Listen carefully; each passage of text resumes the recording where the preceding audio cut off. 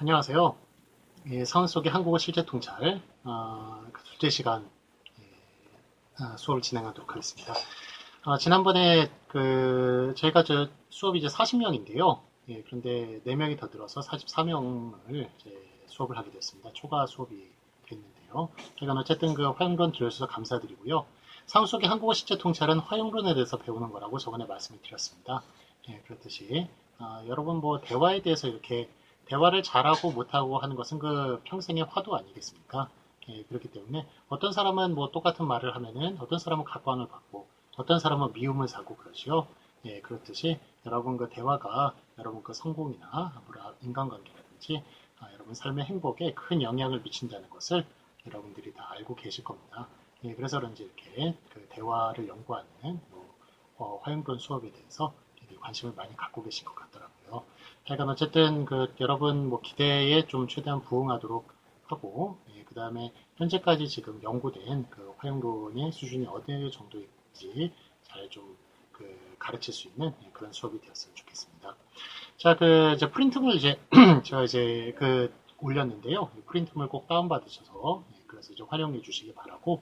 자, 그 다음에 저희 수업이 원래 이제 온라인 수업이라서 원래는 이제 50분간 수업하고 10분간 휴식을 합니다만 오프라인 수업에서는요. 그렇지만 온라인 수업은 30분만 수업하도록 하겠습니다. 왜냐하면 온라인 수업을 하면 제가 여러분들 눈을 볼 수가 없고 여러분 반응을 볼 수 없기 때문에 말이 되게 빨라지면서 진도가 되게 빨라져요.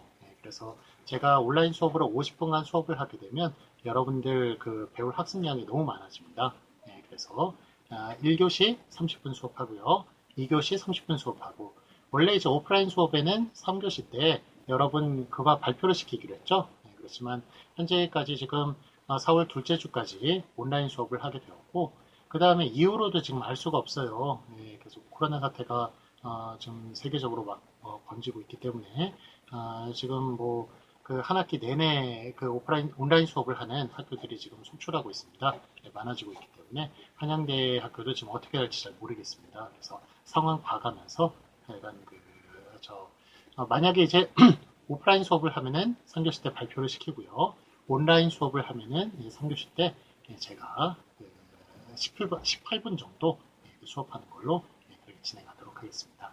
자, 그럼 이제 프린트물 한번 보실까요? 보시면 이제 화용론 오늘은 이제 첫 시간 둘째 시간이긴 합니다만 지난번에는 어떻게 수업을 어떻게 하겠다는지 수업 소개에 관련된 내용이었고 오늘은 좀 화용론을 간단하게 좀 소개를 하는 시간을 갖도록 하겠습니다.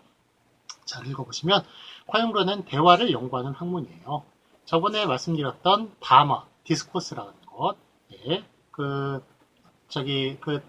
대화, 컨버세이션이라고 얘기하는 담화와 대화의 차이를 혹시 아시나요? 담화라고 하는 것은 대화의 상위 개념입니다. 그래서 담화가 대화를 포함하고 있다고 보시면 돼요. 담화에 속하는 것은 바로 개인 발화와 그 다음에 대화 이 두 가지가 이제 속하게 됩니다. 개인 발화라고 하는 것은 바로 프레젠테이션을 얘기하는 것이죠. 지금 제가 말하고 있는 게 바로 프레젠테이션, 개인 발화라고 얘기할 수가 있습니다. 개인 발화는 어떤 거하고 좀 비슷한가요? 텍스트하고 상당히 비슷해요. 글 같은 경우에도 좀 상당히 일방적으로 전하는 것이 있지 않습니까? 지금 그렇듯이 담화 중에 우리 개인 발화라고 하는 프레젠테이션이라고 하는 거는 우리가 흔히 얘기하는 글하고 상당히 비슷한 부분이 있다. 그렇게 말할 수가 있겠습니다. 자, 그런데 화용론은 뭐에 대해서 공부하는 거라고요? 담화 중에 프레젠테이션이 아니라 대화에 대해서 공부를 하는 겁니다. 대화라고 하는 것은 뭐 다 아시다시피 둘 이상의 대화 참여자들이 서로 말을 주고받는 것이 바로 대화가 되겠죠. 그래서 화용론은 담화가 아니라 대화를 연구하는 것이다. 라고 그렇게 말을 할 수가 있겠습니다. 자, 대화라고 하는 것은 둘 이상의 대화 참여자가 어떤 화제에 관하여 자신의 의사를 주고받는 것을 말합니다. 그래서 둘 이상의 대화 참여자, 화제에 관하여 자기 의사를 주고받는다. 그래서 화제라는 개념도 상당히 중요하죠. 그래서 우리 글을 쓸 때 주제라고 하죠. 글을 쓸 때는 주제, 단락의 주제는 소주제 그렇게 그렇게 표현을 합니다만 말을 할 때 주제에 해당하는 게 뭔가요? 그게 바로 화제죠. 그래서 화제에 대해서 그렇게 화제로 의사를 주고받는 것이 바로 대화라고 할 수가 있습니다. 자, 그러면 화용론은 이런 대화를 연구하는 것으로서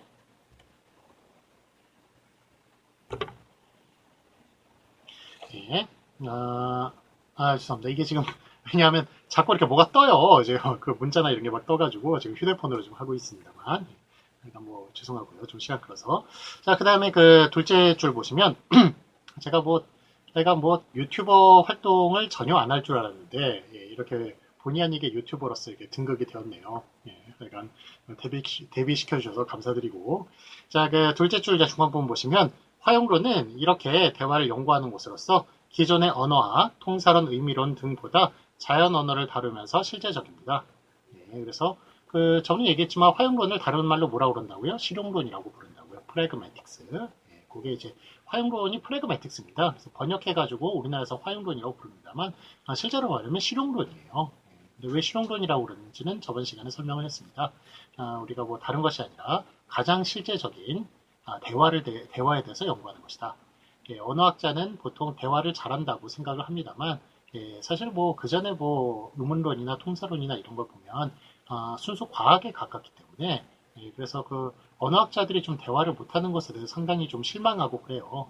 그런데 약간 뭐 가장 좀 언어학자라고 우리 생각할 때 생각할 수 있는 것은 바로 그 말을 잘한다는 것이죠. 예, 그래서 실제로 이렇게 화염론 연구하는 저도 그렇게 대화를 잘하는 편은 아닙니다만, 저는 이제 분석하고 연구하는 일을 할 뿐이죠. 관심을 갖고. 예, 근데 하여간 어쨌든 그 가장 실제적인 것에 가까운 그런 그 학문이다라고 그렇게 말할 수 있다는 겁니다. 자, 그 다음에 넷째 줄 읽어보시면 화용론의 연구 목적은 실제적 의사소통에 도움을 주는 거예요. 예, 쉽게 말하면 대화를 잘하게끔 하는 것이 화용론의 연구 목적이라고 할 수 있습니다. 그래서 화용론 책 여러분 이제 읽어보시면 아시겠지만 화용론 그 시중에 나와 있는 화용론 책은 다 그 대화를 분석한다 뭐 이 정도 수준으로 이제 이야기가 된다고 한다면 저는 그래도 좀 한 단계 더 나아가서 대화를 결국에는 이제 우리가 늙어 죽기까지는 대화를 계속 사용해야 될 텐데 이렇게 지금 배우는 시간이 그냥 대화를 분석하는 것뿐만이 아니고 대화를 잘하게끔 좀 유도를 해야 되지 않겠습니까? 기왕 배우는 것. 예, 그러니까 좀 더 나가서 대화를 잘하게끔 하는 것이 바로 연구 목적이다라고 그렇게 말할 수가 있습니다. 자, 제가 책 하나 보여드릴까요? 예, 한신문화에서 나오는 예, 화용론이라는 책입니다. 1983년에 나왔는데요. 예, 이 책, 번역을 한 책이에요. 그 레민슨이라는 사람이 쓴 책인데, 예, 이 책은 그 화용론자들이 읽다가 여러 번 던져버렸다는 아주 그 전설의 책입니다. 정말 재미없습니다. 예, 너무 힘들어요. 예, 너무 힘들어가지고. 그래서 여러분 이제 읽으시면, 이게 좀 철학자가 또 쓴 책이기 때문에, 그냥 몇 자 나가지도 못하는데 무슨 얘기인지도 모르실 거예요. 그래서 약간 저는 그동안 지금 거의 한 30년 가까이 지금 화용론을 연구를 했기 때문에 그나마 그래도 여기 좀 읽혀서 그래서 거기에 가장 좀 필요한 부분을 모아가지고 예, 제가 지금 프린트물에 나중에 책도 내겠습니다만 이렇게 그 소개를 하는 것인데요. 약간 화용론이 실제로 보면은 우리가 대화를 잘하게끔 하는 그런 연구가 되어야 되는데 대화 분석이나 이런 것 좀 의미론에서 그 실제 대화까지 이어지는 그런 중간 단계의 역할만 지금 하고 있기 때문에 상당히 좀 많이 힘들다라고 어렵다라고 그렇게 기존에 나온 책들은 많이 어렵다 그렇게 말씀드릴 수 있겠습니다만 하여간 저는 그냥 최대한 그래도 여러분께 쉽게 전달하기 위해서 예, 그 프린트물도 좀 제시를 하고 예, 최대한 좀 쉽게 설명을 하도록 하겠습니다. 자, 그러면 그 둘째 단락 보실까요? 대화를 잘하기 위해서는 어떤 방법을 사용해야 할까? 다시 말하면 대화를 잘하는 방법은 무엇인가? 개인마다 여러 가지 방법이 있겠지만 제가 생각하기로는 지금까지 연구된 화용론의 여러 규칙들의 위계를 정해서 그 위계에 따라 대화를 하는 것이 좋을 듯해요. 그래서 화용론의 여러 가지 규칙들이 나오거든요. 되게 유용한 규칙들입니다. 그런 규칙들을 좀 이렇게 위계를 정해서 그래서 어떤 것보다는 어떤 게 더 중요하다. 어떤 것보다는 어떤 게 더 중요하다라는 식으로 그렇게 위계를 정해서 그래서 그 대화하는데 좀 법칙으로 사용하는 것이 어떨까 하는 생각을 가지게 되었습니다. 예, 그래서 그렇게 대화를 하는 것이 그런 규칙을 위계를 삼아서 예, 대화를 하는 것이 좋을 듯하다는 생각이 들었고요. 그래서 화행론에서 대표적으로 사용되는 규칙들은 공손경률, 화행, 협력원칙 이거 다 오늘 다 배울 겁니다. 이런 것들이 있는데 예, 여기에 더 더해서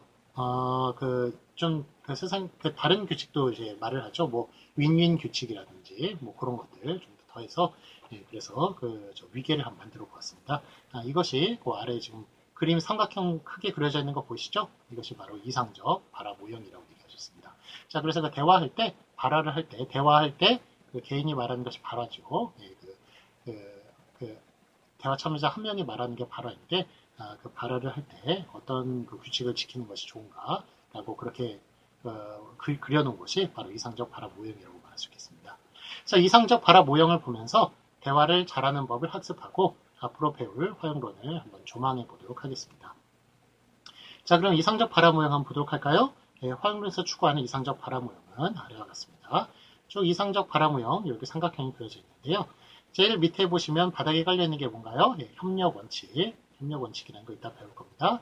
그 다음에 발화 전략입니다. 발화 전략. 그래서 우리가 뭐 이야기를 할 때 여러 가지 전략을 사용을 하잖아요. 상대방 이렇게 눈치를 보면서 여러 가지 전략을 사용을 하는데 그런 것들 협력 원칙과 같이 가장 이제 밑에 저변을 이렇게 받쳐주는 것이고요.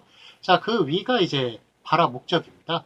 바로 화행이라는 말로 그렇게 표현이 됩니다. 그래서 뭐 우리가 화행이라고 하는 것은 진술 화행, 명령 화행, 청유 화행, 약속 화행, 뭐 이런 것들이 있는데요. 그런데 그런 것들이 실제로 보면 이제 명령 화행은 뭐가 목적입니까? 명령을 내리는 게 목적이죠. 그렇죠? 그 다음에 청유라고 하는 것은 화청자 같이 행동하는 청유가 목적이고요. 약속 화행이라고 하는 것은 자기가 어떻게 하겠다는 것을 밝히는 것, 상대방으로 하여금 허락을 받아내는 것, 그게 이제 목적이라고 할 수 있습니다. 즉 약속이 목적입니다. 그래서 이렇게 화행이라고 우리가 얘기하는 것들이 사실은 대화의 목적이에요. 그게 발화 목적입니다. 그렇기 때문에 사실 발화 목적과 화행은 같다고 얘기할 수가 있는 거고요. 자, 그 다음에 그 위로 유지하고 있는 것이 바로 공선 경밀입니다. 저번에도 간단하게 말씀드렸는지 모르겠지만 우리가 상대방 태도가 예의가 없으면 대화 내용이 잘 들리지 않습니다. 그래서 이 공손이라고 하는 것은 우리가 대화를 할 때 일방적으로 하는 것이 아니기 때문에 대화라는 것은 서로 협력을 하면서 해야 되는 거 아닙니까? 그렇기 때문에 공손 규칙을 지키지 않으면 공손 경륜을 지키지 않으면 그러면은 대화가 유지가 안 되는 것을 대화가 충분한 목적을 성취하지 못하는 것을 볼 수가 있습니다. 그래서 공손 경륜이 그렇게 높은 위치에 있는 것입니다. 자, 그 다음에 그 위에 있는 것이 바로 윈윈 균형이에요. 윈윈 균형이라고 하는 것은 1990년대에 이런 책이 나왔어요. 스티븐 코비라는 사람이 쓴 성공하는 사람들의 7가지 습관입니다. 전 세계에 돌풍을 일으킨 그 책인데요. 이 책에서 주장하는 가장 유명한 규칙이 바로 윈윈 규칙이 되겠습니다. 윈윈 균형이요. 그래서 여기 4가지가 나와요. 윈윈 균형이라고. 이거 이 책 한번 읽어보셔도 좋겠습니다만, 약간 너무 이렇게 사람이 좀 부지런하게 살고 이러자는 내용인데, 사람마다 참 그게 다르지 않습니까? 약간 좀 사람을 많이 좀 쫄라매는 그런 저 책입니다. 그래서 매번 일지를 적고 그러자는 책인데, 약간 내용이 좀 잘 읽혀지진 않아요. 글도 좀 그렇게 잘 쓰시는 것 같지도 않고 그러시고, 약간 여러분이 필요하시면 한번 읽어보시고 90년대에 제가 젊었을 때 사람들이 무슨 책을 읽었나 궁금하시면 읽어보시고요. 하여간 이 책에서 가장 중요한 내용은 바로 윈윈 균형 얘기가 나오는데요. 자, 윈윈 균형도 있고 그러면 윈 루즈 균형도 있겠죠. 그 다음에 루즈 윈 균형도 있고 루즈 균형도 있을 겁니다. 그 책에다 나온 내용입니다. 자, 그럼 여러분들이 가장 추구해야 되는 건 뭘까요? 당연히 윈윈이죠. 저도 이기고 상대도 이기는 그런 것을 가장 추구해야 될 것이고요. 그 다음에 이제 윈 루즈 같은 경우는 나는 이기고 너는 져라. 이런 식이죠. 나는 이득을 보고 너는 손해를 봐라. 이런 식이고. 그 다음에 루즈 윈은 나는 손해를 보지만 너는 그걸 해라. 너는 잘 되라. 이득을 봐라. 한 것이 루즈 윈. 그 다음에 루즈는 그야말로 2판 4판입니다. 그냥 나도 죽고 나 죽고 너 죽자 이거죠. 그러니까 나도 손해를 보고 너도 손해를 보는 그런 식으로 하는 것이 루즈인데요. 자, 여기서 이 책에서 말하는 이제 가장 이 사람이 이상적으로 추구하는 것은 윈윈이고요. 그 다음이 뭘까요? 그 다음이 윈 루즈고요. 그 다음에 세 번째가 루즈입니다. 오히려 뜻밖의 루즈 윈이 가장 좀 이 사람이 원하지 않은, 그 저자가 원하지 않는 그런 삶입니다. 그래서 루즈 윈을 하면은 이게 뭐 신경계통에 문제가 와가지고 막 화병이 생기고요. 너무 막 힘들다고 그래요. 그래서 세상 살면서 여러 가지 사람은 부딪히지만 하여간 루즈 윈이라고 그렇게 하는 삶은 대단히 힘든 삶이다. 라고 그렇게 이야기를 합니다. 그래서 뭐, 이 책을 이제 응용한 여러 가지 책들이 루즈 윈이 가장 안 좋은 것이다라고 얘기를 합니다만, 뭐, 하여간, 뭐 좀 이렇게 져주면서 살고, 지면서 사는 것도 그렇게 꼭 나쁜 삶이라고 얘기할 수는 없습니다. 그게 오히려 희생하고 더 거룩한 삶이라고 얘기할 수 있어요. 그래서 저도 이제 종교가 있습니다만, 종교 신이 원하시는 건 뭘까요? 저에게 원하시는 것은 윈윈, 뭐 이런 것도 하나님은 이제 자기 자녀를 아끼기 때문에 그래서 그런 얘기를 할 수 있습니다만 신이 가장 저에게 원하는 걸 가만히 생각해 보니까 저한테 원하시는 건 루즈 윈이었습니다. 그래서 저는 이제 희생하고 상대방을 더 높여주고 이러는 그런 것이었는데 뭐 그런 것의 깊이를 나이가 들면서 점점 느끼고 있어요. 느끼고 있는데 그걸 저 실제 생활에서 적용하기는 무척 힘이 듭니다. 무척 힘이 들지만 하여간 뭐 신께서 원하시는 거니까 하여간 뭐 꼭 그렇게 윈윈서부터 제가 루즈까지 쭉 이렇게 말씀을 드렸습니다만 하여간 대화를 할 때 가장 그래도 바람직한 것은 윈윈이라고 얘기할 수가 있고요. 그러니까 뭐 루즈윈도 그렇게 뭐 이 책에서 이렇게 말하는 것만큼 다 뭐 그냥 윈 루즈만 하면은 세상이 어떻게 돌아가겠습니까? 그래서 루즈윈도 가장 좀 이 책에서 싫어하는 그런 내용입니다만 그런 것도 좀 필요하다 그런 말씀을 좀 드리네요. 자, 그 다음에 그 아래 이제 읽어볼까요? 그 다음에 가장 높이 있는 게 뭔가요? 사회 가치네요. 사회 가치. 사회 가치라고 하는 것은 우리가 저 대화를 할 때 예를 들어 가지고 도둑끼리 대화를 해요. 도둑끼리 대화를 하는데 이 사람들이 저기 협력 원칙 서로 협력하는 거 잘 지키고요. 전략도 잘 사용하면서 발화 목적, 화행, 도둑질하자 그런 거 잘 지키고 있고 그 다음에 공속력을 서로 아주 그냥 예의 있게 그렇게 이야기를 하고 그 다음에 윈윈 균형 서로 도둑질해가지고 서로 잘 나눠갖자라는 것 그런 까지 이야기를 했습니다. 자, 그러면 이 대화가 바람직한 대화일까요? 이상적 대화일까요? 그렇지 않죠. 왜냐하면 도둑질한다는 것은 절대적인 사회 가치에서 상대적인 사회 가치에서 절대이건 상대적인 건 사회 가치에서 떨어지는 그런 내용이 이렇게 있죠. 도둑질을 공모하고 그러는 거는. 그렇기 때문에 사실은 이제 그것 가장 위에 위치해야 되는 것은 이 대화가 과연 가치가 있느냐 없느냐 이게 가장 중요한 가장 높이 있는 상위에 있는 그런 내용이라고 얘기할 수 있습니다. 자, 그렇기 때문에 사회 가치를 가장 위에다 둔 것입니다. 그 아래 이제 설명을 한번 읽어보겠습니다. 이상적 발화 모형에서 가장 상위에 위치하는 것은 윈윈 균형이며 둘째 상위에 위치한 것은 공손 균형. 이게 좀 잘못 썼네요. 미안합니다. 가장 위치에 위치에 있는 것은 사회 가치이고 그 다음에 둘째가 윈윈 균형이고요.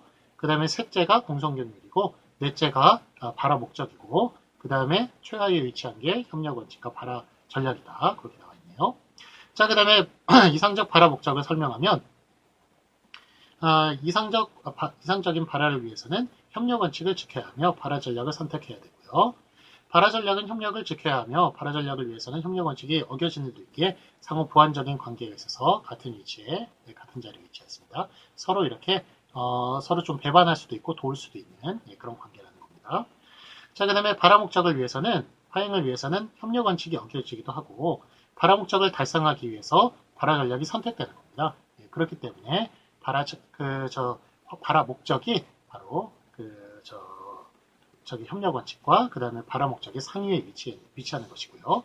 그 다음에 발화 목적은 이들의 상위에 그래서 위치하고요. 자, 그 다음에 공성 경률은 발화 목적, 화행, 협력 원칙, 발화 전략의 상위에 위치하는 것이고, 그래서 아까는 얘기했죠. 공선을 지키지 않으면, 태도가 바르지 않으면, 그 다음에 내용이 전달이 안 된다고요. 그래서 공성 경률이 높고요. 그 다음에 이상적 발화는 이제 발화 태도가 중요한데 발화 태도를 좌우하는 것이 바로 공성 경률이고요. 공선을 지키지 않으면 발화 목적을 달성하기도 힘들고 달성하여도 뒤끝이 개운치 않아요. 그래서 공선을 지키기 위해서 협력 원칙이 어겨지는 일은 흔하고 공선이 없는 발화 전략은 전략이라고 할 수 없는 물상식한 것입니다. 즉 협박이나 강요나 고문 이런 것들 발화 전략으로 치면은 효과적이죠. 왜냐하면 그 발화 목적을 충분히 잘 달성할 수 있는 겁니다. 저 사람으로는 어떤 정보를 얻어내기 위해서 그렇게 그 나쁜 짓을 협박, 강요, 고문 같은 걸로 하면은 효과적으로 얻어낼 수가 있어요.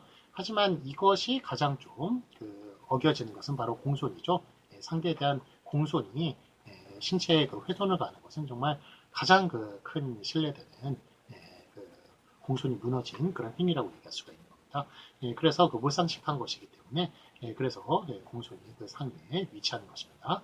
우리가 이런 거를 협박, 강요, 고문 이런 걸 좋지 않게 생각하는 이유는 바로 공손하지 않기 때문에라고 얘기할 수가 있는 것입니다. 자, 그 다음에 최상위에 위치한, 그 위에 위치한 것이 바로 윈윈균형이고요. 최상위에 위치한 것이, 바로, 아까 얘기했지만 사회 가치라고 얘기할 수 있죠. 자, 상대가 너무 공손해도 뒷맛이 개운치 않은 것이 대화이고, 너무 공손하면 상대가 너무 손해를 보고 있다는 느낌이 들어서 그런 거예요. 그래서 대화 참여자는 이상적 상태라면, 즉, 대화 참여자가 양심적이라면, 모두가 만족하는 대화를 원하며, 그래야 뒷맛까지 깨끗하다라고 얘기할 수가 있습니다. 자, 그러면 1번, 그 다음에 그 가장 사회적 가치라고 하는 것은, 그러니까, 절대적인 그런 상대적이거나 그런 가치에 맞아야, 인정받는 대화가 될 수 있다라는 측면에서, 그래서 이상적 바라보기에 가장 상위에 위치하는 것은 바로 사회 가치다라고 얘기할 수 있는 거고요. 자, 그러면 그 아래, 윈윈 균형부터 알아보도록 할까요? 네, 그러면 그 사회 가치에 대해서 계속 알아보도록 할까요? 1번. 약간 윈윈 균형이라고 말씀드렸습니다만, 사회 가치에 대해서 다뤄보도록 하겠습니다. 사회 가치는 가장 상위에 위치한 것입니다. 그래서 사회 가치라는 것은 그 발화가 갖는 사회적 중요성을 뜻하는 말인데요. 법률, 도덕 따위의 사회적 규칙으로 평가가 되고요. 아무리 하위 규칙들을 잘 지켰다 하더라도 그 대화가 사회적 가치가 떨어진다면, 즉 사회 가치 측면에서 보았을 때 바람직하지 못하다면 이상적 대화라고 할 수가 없습니다. 제가 아까 말씀드렸던 도둑들끼리의 대화를 생각해 보시면 되겠습니다. 자, 그 다음에 이번에 윈윈 균형을 알아볼까요? 윈윈 균형은 둘째 상위에 위치한 윈윈 균형을 좀 더 구체적으로 설명하여 보면요. 아까 말씀드렸다시피 윈윈 균형이란 대화 참여자가 윈윈, 윈루즈 뭐 이런 게 나오는 겁니다. 계속 이제 읽어볼게요. 윈윈 균형이란 대화 참가자 모두가 발화 목적을 달성하는 상태고요. 이것은 대화 참가자 모두가 만족하는 상태고 대화 참가자 모두가 불만이 없는 상태입니다.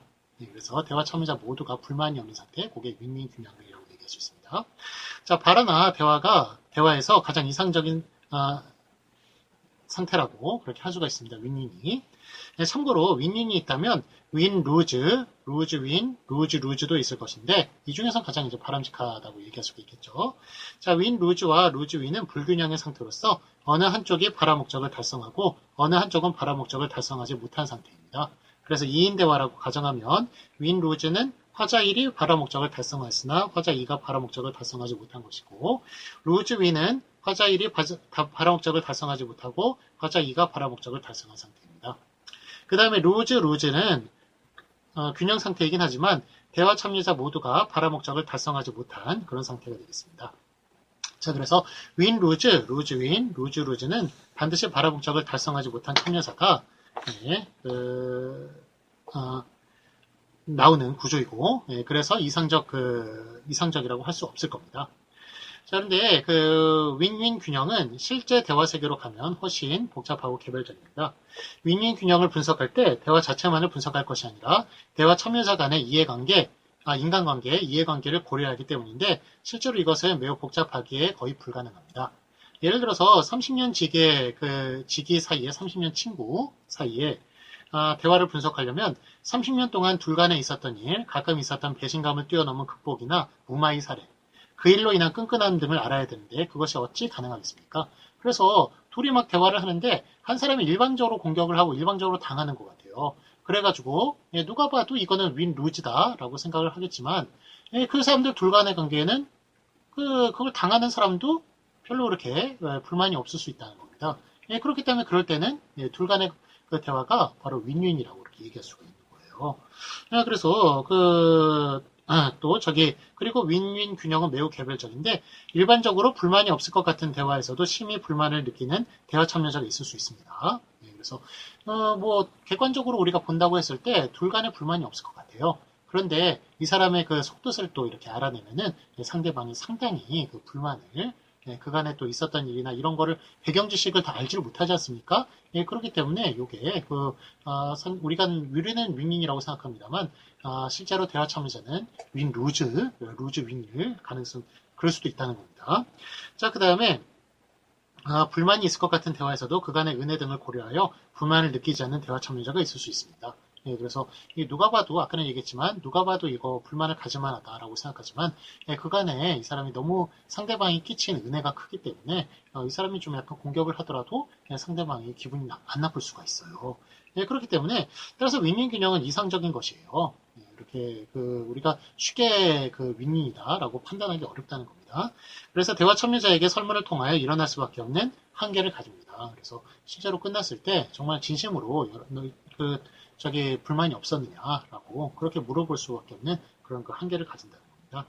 이렇게 학문적인 대상으로 삼기는 난점이 있습니다. 그래도 대화나 발화에서 목표로 삼아야 할 것이라는 데는 의견이 일치하는 것으로 보입니다. 그래서 상당히 좀 학문의 대상으로 삼기에는 개별적이라 좀 어렵지만 그렇지만 그래도 우리가 윈윈이 뭐가 제일 좋냐? 당연히 윈윈이 제일 좋다는 거는 누구나 다 동의하는 바잖아요. 그렇기 때문에 그 윈윈이 가장 최상위에 있다는 것은 루즈 윈 이런 것보다 상위에 있다는 것은 그거는 의견이 일치하는 것으로 보입니다. 자, 그다음 이번에 3번 공선 경미로 보도록 할게요. 공선의 문제를 대화에 작용하는 원리로 보는 여러 학자들은 공선이 언어 보편적이라는 것에 대하여 공통적인 의견을 보이면서 공선 원리의 하위 경미를 제시하고 있습니다. 그래서 리치라는 사람이 1983년에 한 표현이 공손한가 그렇지 않은가를 구별하기 위한 허용적 기준으로 한 표현이 공손한가 그렇지 않은가를 구별하기 위한 허용상의 기준으로 간접성의 기준, 부담 이익의 기준, 선택의 기준을 제시했습니다. 뭐 이런 거는 별로 이렇게 필요가 없고요. 간접성의 기준이라는 것은 화자가 나타내고자 하는 발화 수반 행위와 그 목표 사이의 거리, 즉 간접성의 정도가 클수록 공손하다는 것이고, 그 다음에 부담 이익 같은 경우에는 부담 이익의 기준이란 화자가 청자에게 주는 부담의 정도가 작고 이익이 많을수록 공손하다는 것이고, 선택의 기준이란 청자에게 주어지는 선택의 여지가 많을수록 공손하다는 것입니다. 그래서 이런 이제 세 가지 기준에 의해서 그 아래 이제 공손의 하위 경미를 이제 나타내는데, 이런 위에 이제 기준이 사실은 기준도 중요합니다만 기준보다도 가장 중요한 거 그 아래 공선 원리, 공선 경률이라고 불리는 거 있죠. 공선 원리라고 그랬습니다. 공선 경률이라고 부르기도 합니다. 이것이 화용론을 배웠을 때 대단히 중요한 규칙이다라고 그렇게 말할 수 있습니다. 그래서 이거는 꼭 외우셔야 됩니다. 그래야 이제 여러분들 중간고사나 기말고사 볼 수 있어요. 볼 수 있으니까 요거는 꼭 외워주시기 바랍니다. 자, 1번 리치의 공선 원리 요거를 외워달라는 얘기입니다.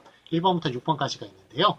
요령의 경률이라고 하는 것은 1번 다른 사람에게 주는 부담은 최소화하라. 2번 다른 사람의 이익은 최대화하라. 라는 것입니다. 자, 그래서 우리가 흔히 좀 착각하는 경우가 한국이 높임법을 사용하지 않습니까? 말에. 외국인들이 상당히 그 높임법을 배우기 힘들어 하는데요. 왜냐하면 외국말에는 높임법이 잘 없잖아요. 없으니까 배우기 힘들어 합니다만. 그렇다고 해서 한국이 예의 바른 사회냐라는 거 말할 수 있냐는 겁니다. 물론 동방예의지국이나 이런 말을 이렇게 합니다만, 여러분이 살아온 한국의 사회가 과연 정말 예의 바른 사회였냐라는 것, 서양에 비해서 매너가 더 있는 그런 사회였냐 하는 것, 정말 여러분들이 한번 결론 한번 내려보세요. 그래서 제가 이제 드리고 싶은 말씀은 한국이 더 높다 낮다 이런 문제가 아니라 높임법이 있다고 그래가지고 꼭 공손하다라고 말할 수는 없다는 문제입니다. 그리고 이제 서양 사람들은 높임법이 없기 때문에 다 그냥 힘쓴 사람이 다 그냥 때려잡고 그냥 가장 다 차지하고 이러는 사회냐?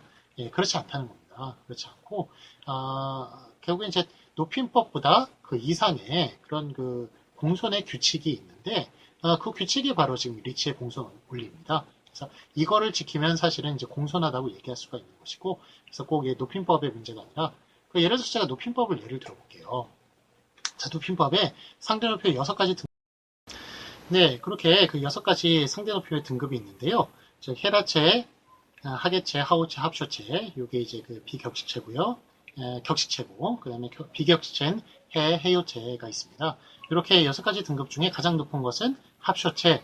예, 여러분들 합쇼체로 배웠는지 하십시오체로 배웠는지 모르겠어요. 근데 요즘은 다 하십시오체로 배웠더라고요. 근데 저희 때는 이제 합쇼체로 배웠는데 7.5차 교육과정부터 바뀌어가지고요. 여러분들은 하십시오체로 바뀌었을 거예요. 만약에 합쇼체로 알고 있는 분들은 좀 예, 그 옛날에 배운 분들입니다. 그러니까 그 하십시오체가 있는데 이 하십시오체가 예, 가장 이제 높은 등급 아니겠습니까? 그런데 제가 지금 하십시오체를 사용해서 말을 하는데 공손한지 공손하는지 한번 판단해 보세요. 공손한지 공손하지 않은지. 자, 비키십시오. 닥치십시오. 이렇게 말을 했습니다. 지금 최상위의 그 합수체를 좀 사용하고 있어요. 그런데 좀 공손한가요? 공손하지 않은가요? 예, 공손하지 않죠. 예, 그렇기 때문에 이게 그 높임법이 꼭 그렇게 공손을 보장하지는 못한다는 얘기입니다. 가장 최상위층의 합수체를 사용했음, 하십시오체를 사용했음에도 불구하고 공손하지 않은 것을 보면 그 위에 뭔가 공손에 관한 그런 그 더 추상적인 규칙이 있구나라는 것을 알 수가 있는데 그 규칙이 바로 지금 말씀드리는 리치의 공손원리라는 겁니다. 자, 그래서 1번 요령의 경률. 요거 지금 뭐 택트 맥심인데요. 이게 눈치의 경률로 번역되기도 하고 재치의 경률로 번역이 되기도 합니다. 그러니까 뭐 다른 책들 보시면 여러 가지로 번역이 되는데 요령의 경률로 번역되어 있는 책이 가장 많고 그래서 저도 요령의 경률로 번역을 했습니다. 자, 1번 다른 사람에게 주는 부담은 최소화하고요. 2번 다른 사람의 이익은 최대화하라 라는 것. 그래서 그 상대방에게 서로 말을 하면 그 사람에게 주는 부담을 최소화시키고 그 다음에 이익을 최대화하라라는 것이 바로 이렇게 그 요령의 경률 아니겠습니까? 요령의 경률입니다. 그래서 이런 경률을 지키면 바로 공손하다는 거예요. 그 다음에 2번 관용의 경률을 볼까요? 관용의 경률이라는 것은 자신의 이익을 최소화하고 자신의 손해는 최대화라는 겁니다. 그래서 뭐 자신의 이익을 최대화하면 이거는 좀 더 이기적인 사람이 아니겠습니까? 그래서 공손한 사람은 자신의 이익을 최소화하면서 자신의 손해를 최대화하는 이런 사람이 공손하다고 말할 수 있겠습니다. 자, 그러면 그 3번 칭찬의 경우부터는 좀 쉬었다가 2교시 때 하도록 하겠습니다.